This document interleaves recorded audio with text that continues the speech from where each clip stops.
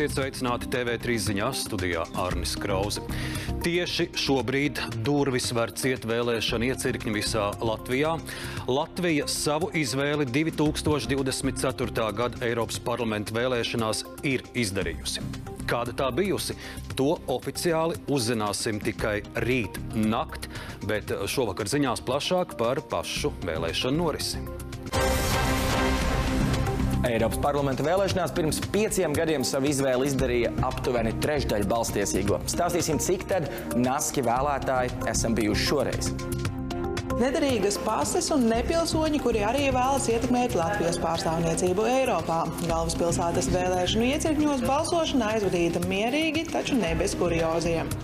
Alži aktīvie vidzemnieki arī šajās Eiropas parlamenta vēlēšanās naski devušies pie balsošanas urnām. Atsevišķos iecirkņos dažbrīd pat veidojās nelielas vēlētāju rindas.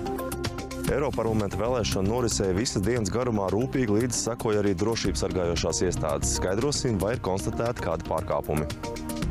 Vairākiem tūkstošiem Latvijas jauniešu šīs Eiroparlamenta vēlēšanas ir pirmās, kurās viņiem ir tiesības balsot.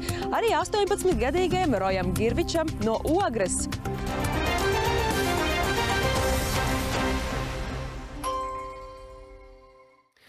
Cik aktīvi un atbildīgi vēlētāji šoreiz esam bijuši? Savu attieksmi ir